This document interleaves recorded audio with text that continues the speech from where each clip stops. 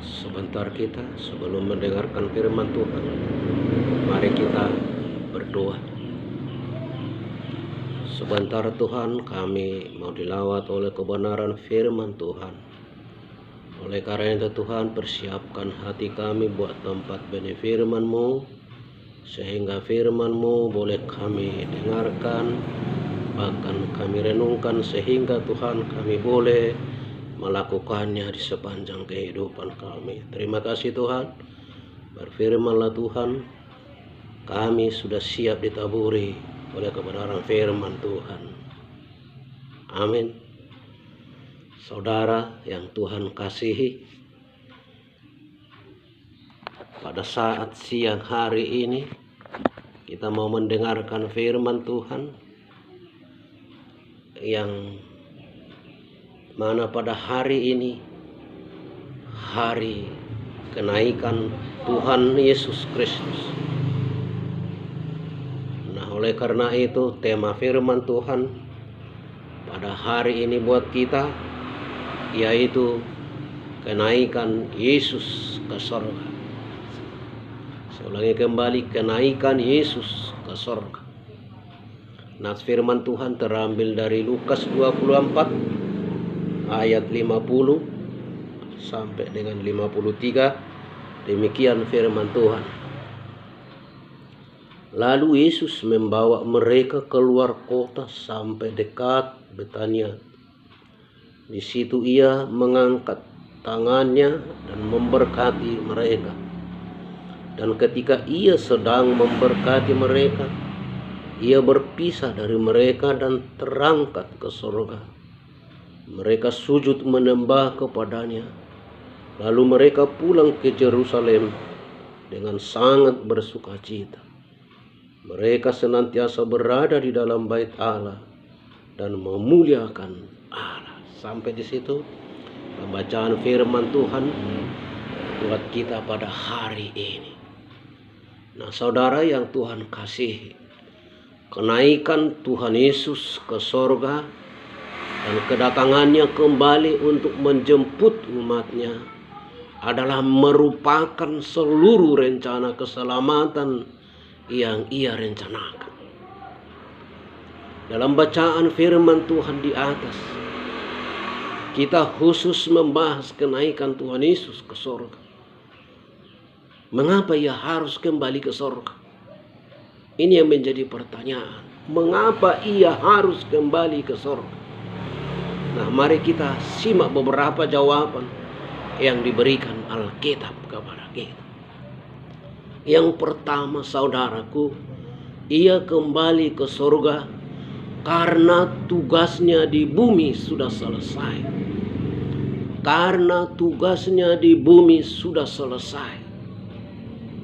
Ia datang ke dunia untuk membayar harga dosa.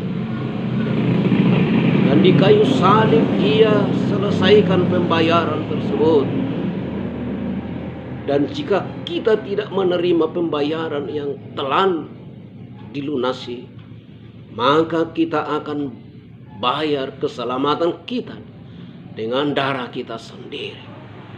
Dan binasa untuk selamanya. Itulah yang menjadi poin yang pertama. Yang kedua, saudaraku, ia kembali ke sorga supaya ia dapat dinobatkan sebagai Tuhan. Saya ulangi sekali lagi, supaya ia dapat dinobatkan sebagai Tuhan. Karena penobatannya sebagai Tuhan tidak dilakukan di dunia, karena ia bukan dari dunia. Dan selanjutnya penobatannya sebagai Tuhan harus dilakukan di sorga, karena kerajaannya bukan dari dunia. Dan penobatannya sebagai Tuhan dilakukan di sorga, karena itu adalah kerinduan dari Allah Bapa, kerinduan Tuhan Yesus, dan kerinduan Roh Kudus. Itu yang menjadi poin yang kedua. Terus poin yang ketiga, ia kembali ke sorga supaya Roh Kudus dapat menolong umat Tuhan dan gereja. Roh Kudus tidak akan datang ke dunia kalau Tuhan Yesus belum dinobatkan di sorga.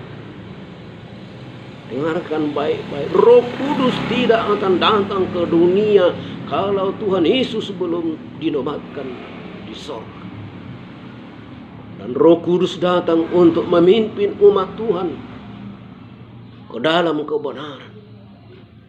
Dan Roh Kudus datang untuk memberi kuasa bagi umat Tuhan dan gereja untuk menjadi saksinya ke seluruh dunia.